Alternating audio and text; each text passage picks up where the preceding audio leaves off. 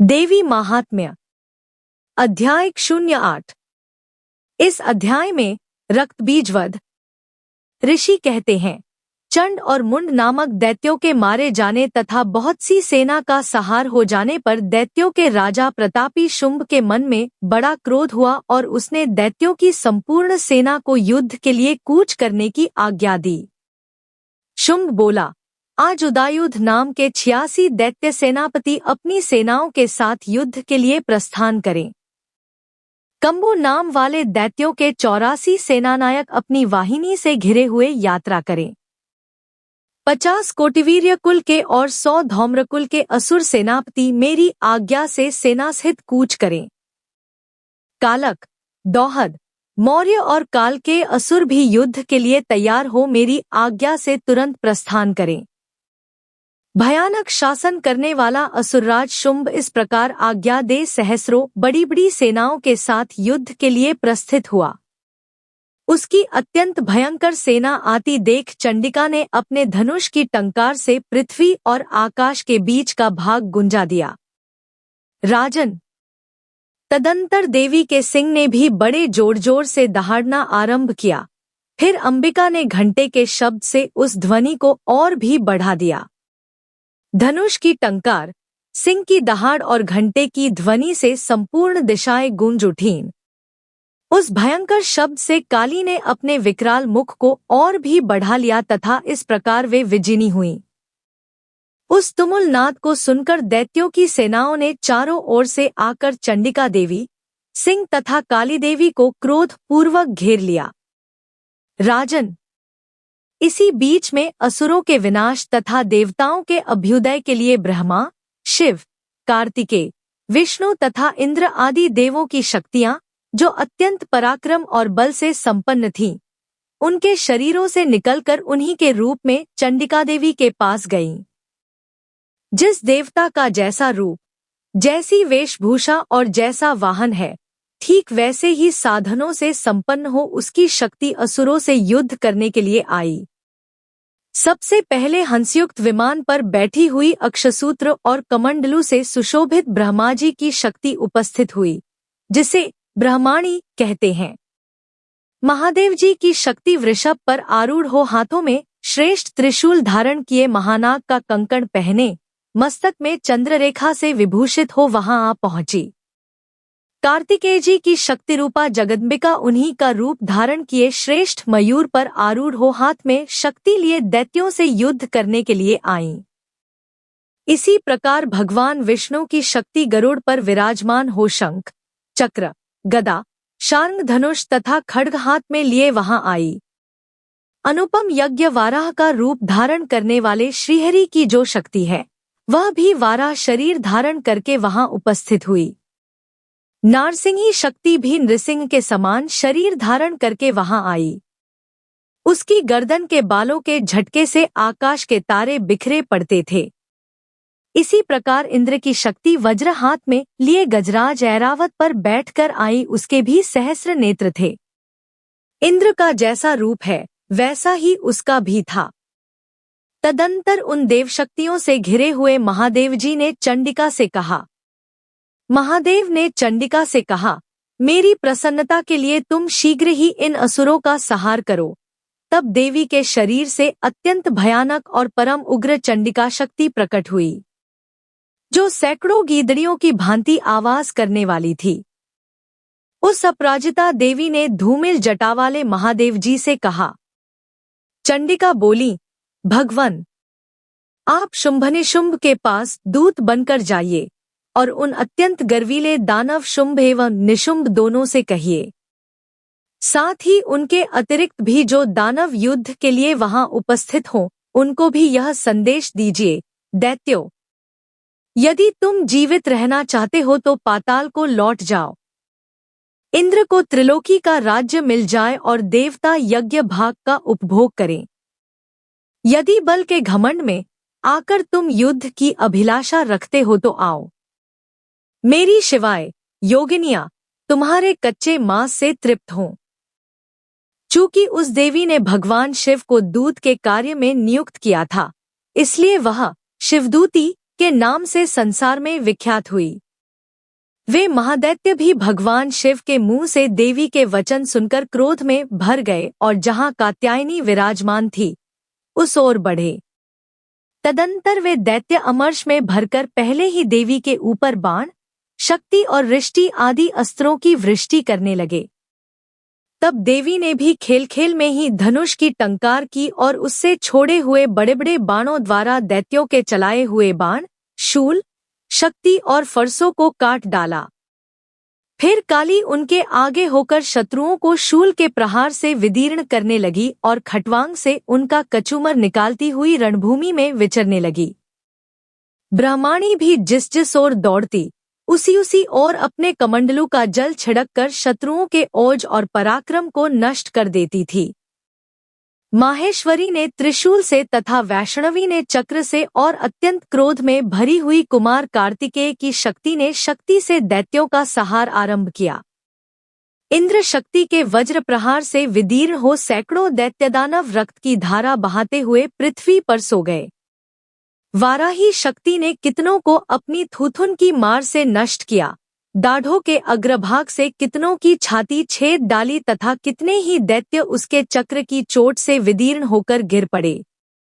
नारसिंही भी दूसरे महादैत्यों को अपने नखों से विदीर्ण करके खाती और सिंहनाद से दिशाओं एवं आकाश को गुंजाती हुई युद्धक्षेत्र में विचरने लगी।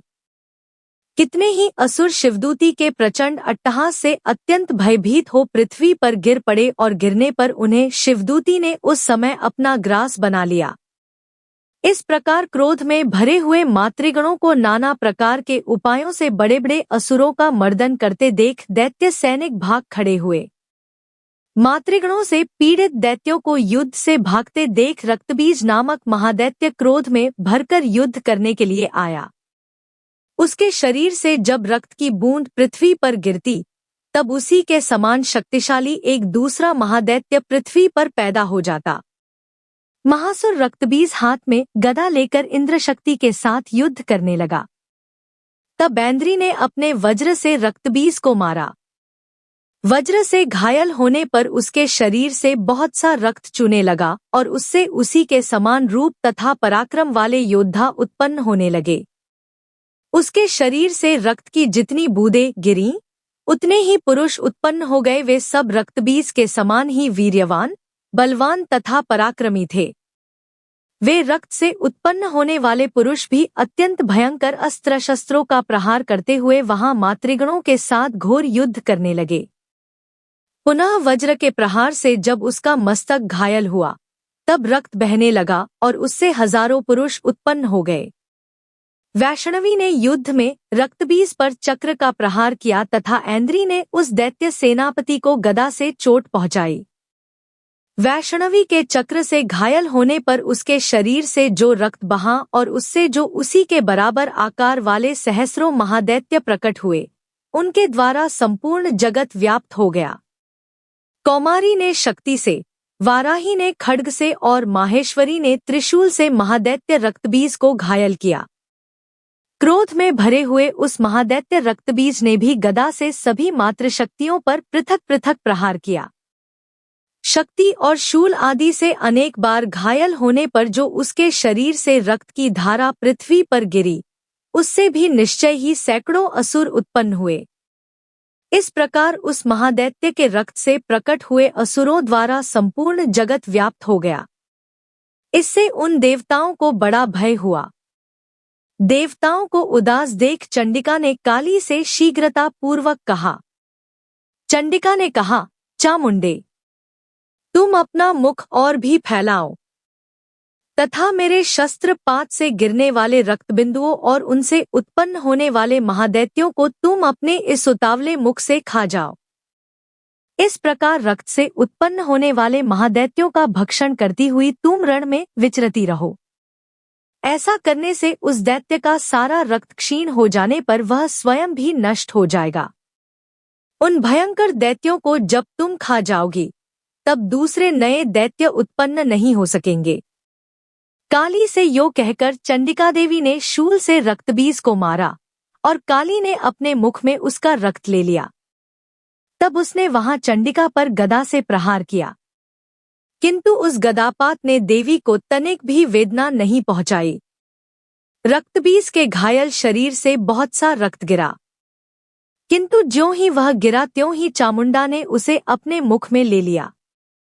रक्त गिरने से काली के मुख में जो महादैत्य उत्पन्न हुए, उन्हें भी वह चट कर गई और उसने रक्तबीज का रक्त भी पी लिया।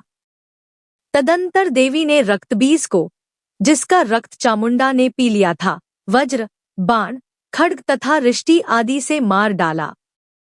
राजन, इस प्रकार शस्त्रों के समुदाय से आहत एवं रक्तहीन हुआ महादैत्य रक्तबीज पृथ्वी पर गिर पड़ा। नरेश्वर, इससे देवताओं को अनुपम हर्ष की प्राप्ति हुई और मातृगण उन असुरों के रक्तपान के मद से उद्धत्सा होकर नृत्य करने लगी। इस प्रकार श्री मार्कंडेय पुराण में सावर्णिक मनवंतर की कथा के अंतर्गत देवी महात्म्य में रक्तबीजवध नामक 8वां अध्याय पूरा हुआ। देवी महात्म्य अध्याय 09। इस अध्याय में निशुंभवध। राजा ने कहा, भगवन, आपने रक्तबीज के वध से संबंध रखने वाला देवी चरित्र का यह अद्भुत महात्म्य मुझे बतलाया। अब रक्तबीज के मारे जाने पर अत्यंत क्रोध में भरे हुए शुंभ और निशुंभ ने जो कर्म किया, उसे मैं सुनना चाहता हूँ।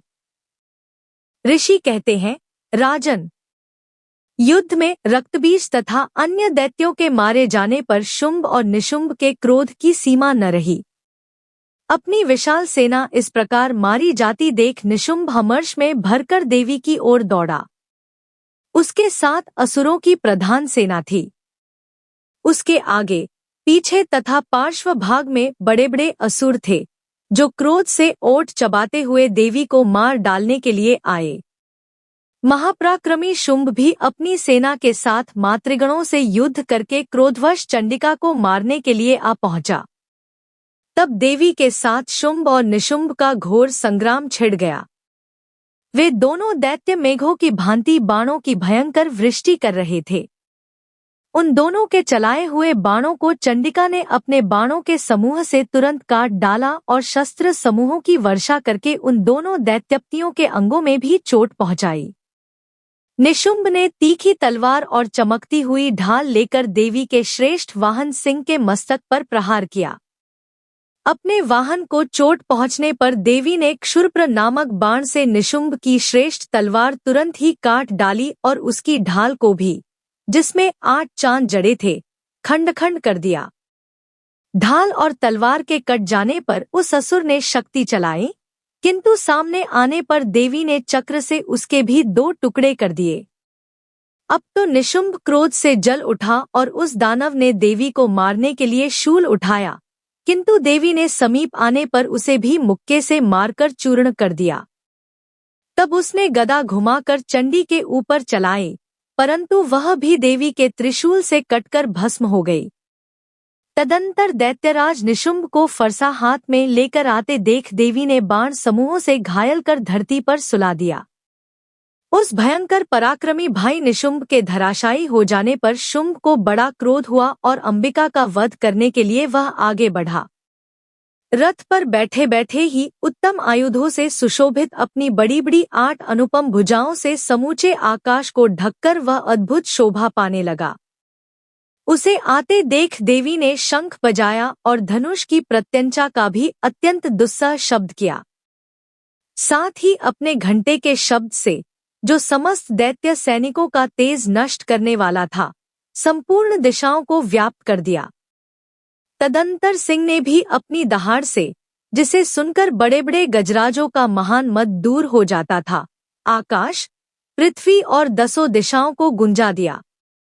फिर काली ने आकाश में उछलकर अपने दोनों हाथों से पृथ्वी पर आघात किया।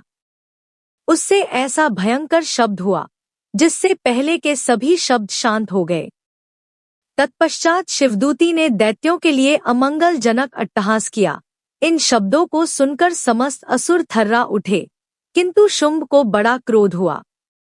उस समय देवी ने जब शुंभ को लक्ष्य करके कहा, ओ दुरात्मन, खड़ा रह, खड़ा रह। तभी आकाश में खड़े हुए देवता बोल उठे, जय हो, जय हो। शुंभ ने वहां आकर ज्वालाओं से युक्त अत्यंत भयानक शक्ति चलाई। अग्निमय पर्वत के समान आती हुई उस शक्ति को देवी ने बड़े भारी लूके से दूर हटा दिया। उस समय शुंभ के सिंहनाद से तीनों लोग गूंज उठे। राजन! उसकी प्रतिध्वनि से वज्रपात के समान भयानक शब्द हुआ, जिसने अन्य सब शब्दों को जीत लिया। शुंभ के चलाए हुए बाणों के देवी ने और देवी के चलाए हुए बाणों के शुंभ ने अपने भयंकर बाणों द्वारा सैकड़ों और हजारों टुकड़े कर दिए। तब क्रोध में भरी हुई चंडिका ने शुंभ को शूल से मारा। उसके आघात से मूर्छित हो वह पृथ्वी पर गिर पड़ा। इतने में ही निशुंभ को चेतना हुई और उसने धनुष हाथ में लेकर बाणों द्वारा देवी, काली तथा सिंह को घायल कर डाला। फिर उस दैत्यराज ने 10,000 बाहें बनाकर चक्रों के प्रहार से चंडिका को आच्छादित कर दिया। तब दुर्गम पीड़ा का नाश करने वाली भगवती दुर्गा ने कुपित होकर अपने बाणों से उन चक्रों तथा बाणों को काट गिराया। यह देख निशुंभ दैत्य सेना के साथ चंडिका का वध करने के लिए हाथ में गदा ले बड़े वेग से दौड़ा। उसके आते ही चंडी ने तीखी धार वाली तलवार से उसकी गदा को शीघ्र ही काट डाला।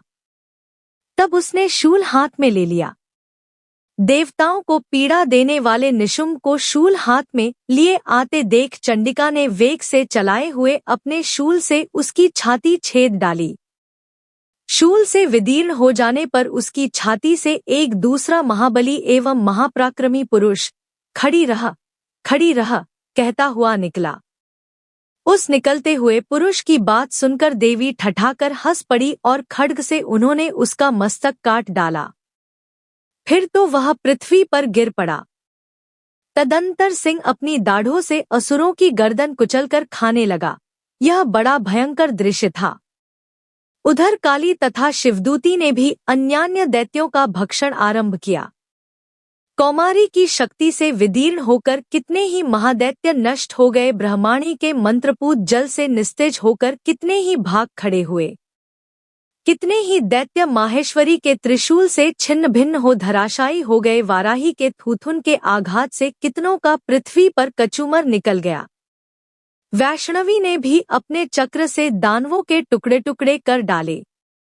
ऐन्द्री के हाथ से छूटे हुए वज्र से भी कितने ही प्राणों से हाथ धो बैठे।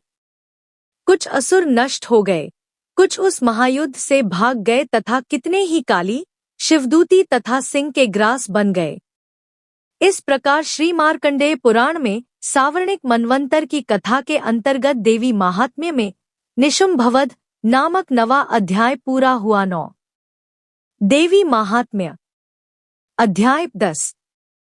इस अध्याय में शुंभवध ऋषि कहते हैं, राजन, अपने प्राणों के समान प्यारे भाई निशुंभ को मारा गया देख तथा सारी सेना का सहार होता जान शुंभ ने कुपित होकर कहा। शुंभ बोला, दुष्ट दुर्गे, तू बल के अभिमान में आकर झूठ मूठ का घमंड न दिखा। तू बड़ी मानिनी बनी हुई है, किंतु दूसरी स्त्रियों के बल का सहारा लेकर लड़ती है। देवी बोली, ओ दुष्ट, मैं अकेली ही हूं। इस संसार में मेरे सिवा दूसरी कौन है? देख, ये मेरी ही विभूतियां हैं, अत मुझ में ही प्रवेश कर रही हैं। तदंतर ब्रह्माणी आदि समस्त देवियां अंबिका देवी के शरीर में लीन हो गईं। उस समय केवल अंबिका देवी ही रह गई। देवी बोली, मैं अपनी ऐश्वर्य शक्ति से अनेक रूपों में यहाँ उपस्थित हुई थी। उन सब रूपों को मैंने समेट लिया। अब अकेली ही युद्ध में खड़ी हूं। तुम भी स्थिर हो जाओ। ऋषि कहते हैं, तदंतर देवी और शुंभ दोनों में सब देवताओं तथा दानवों के देखते देखते भयंकर युद्ध छिड़ गया। बाणों की वर्षा तथा तीखे शस्त्रों एवं दारुण अस्त्रों के प्रहार के कारण उन दोनों का युद्ध सब लोगों के लिए बड़ा भयानक प्रतीत हुआ। उस समय अंबिका देवी ने जो सैकड़ों दिव्य अस्त्र छोड़े, उन्हें दैत्यराज शुंभ ने उनके निवारक अस्त्रों द्वारा काट डाला। इसी प्रकार शुंभ ने भी जो दिव्य अस्त्र चलाए, उन्हें परमेश्वरी ने भयंकर हुंकार शब्द के उच्चारण आदि द्वारा खिलवाड़ में ही नष्ट कर डाला। तब उस असुर ने सैकड़ों बाणों से देवी को आच्छादित कर दिया। यह देख क्रोध में भरी हुई उन देवी ने भी बाण मारकर उसका धनुष काट डाला। धनुष कट जाने पर फिर दैत्यराज ने शक्ति हाथ में ली, किंतु देवी ने चक्र से उसके हाथ की शक्ति को भी काट गिराया। तत्पश्चात दैत्यों के स्वामी शुंभ ने 100 चांद वाली चमकती हुई ढाल और तलवार हाथ में ले उस समय देवी पर धावा किया। उसके आते ही चंडिका ने अपने धनुष से छोड़े हुए तीखे बाणों द्वारा उसकी सूर्य किरणों के समान उज्ज्वल ढाल और तलवार को तुरंत काट दिया। फिर उस दैत्य के घोड़े और सारथी मारे गए। धनुष तो पहले ही कट चुका था, अब उसने अंबिका को मारने के लिए उद्यत हो भयंकर मुदगर हाथ में लिया। उसे आते देख देवी ने अपने तीक्ष्ण बाणों से उसका मुदगर भी काट डाला। इस पर भी वह असुर मुक्का तानकर बड़े वेग से देवी की ओर झपटा। उस दैत्यराज ने देवी की छाती में मुक्का मारा, तब उन देवी ने भी उसकी छाती में एक चांटा जड़ दिया। देवी का थप्पड़ खाकर दैत्यराज शुंभ पृथ्वी पर गिर पड़ा, किंतु पुनः सहसा पूर्ववत उठकर खड़ा हो गया। फिर वह उछला और देवी को ऊपर ले जाकर आकाश में खड़ा हो गया। तब चंडिका आकाश में भी बिना किसी आधार के ही शुंभ के साथ युद्ध करने लगी। उस समय दैत्य और चंडिका आकाश में एक दूसरे से लड़ने लगे। उनका वह युद्ध पहले सिद्ध और मुनियों को विस्मय में डालने वाला हुआ। फिर अंबिका ने शुंभ के साथ बहुत देर तक युद्ध करने के पश्चात उसे उठाकर घुमाया और पृथ्वी पर पटक दिया। पटके जाने पर पृथ्वी पर आने के बाद वह दुष्टात्मा दैत्य पुनः चंडिका का वध करने के लिए उनकी ओर बड़े वेग से दौड़ा। तब समस्त दैत्यों के राजा शुंभ को अपनी ओर आते देख देवी ने त्रिशूल से उसकी छाती छेदकर उसे पृथ्वी पर गिरा दिया। देवी के शूल की धार से घायल होने पर उसके प्राण पखेरु उड़ गए और वह समुद्रों, द्वीपों तथा पर्वतों सहित समूची पृथ्वी को कपाता हुआ भूमि पर गिर पड़ा। तदंतर उस दुरात्मा के मारे जाने पर संपूर्ण जगत प्रसन्न एवं पूर्ण स्वस्थ हो गया तथा आकाश स्वच्छ दिखाई देने लगा।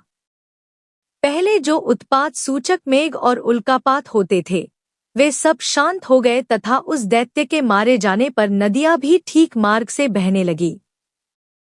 उस समय शुंभ की मृत्यु के बाद संपूर्ण देवताओं का हृदय हर्ष से भर गया और गंधर्व गण मधुर गीत गाने लगे। दूसरे गंधर्व बाजे बजाने लगे और अप्सराएं नाचने लगी। पवित्र वायु बहने लगी। सूर्य की प्रभा उत्तम हो गई।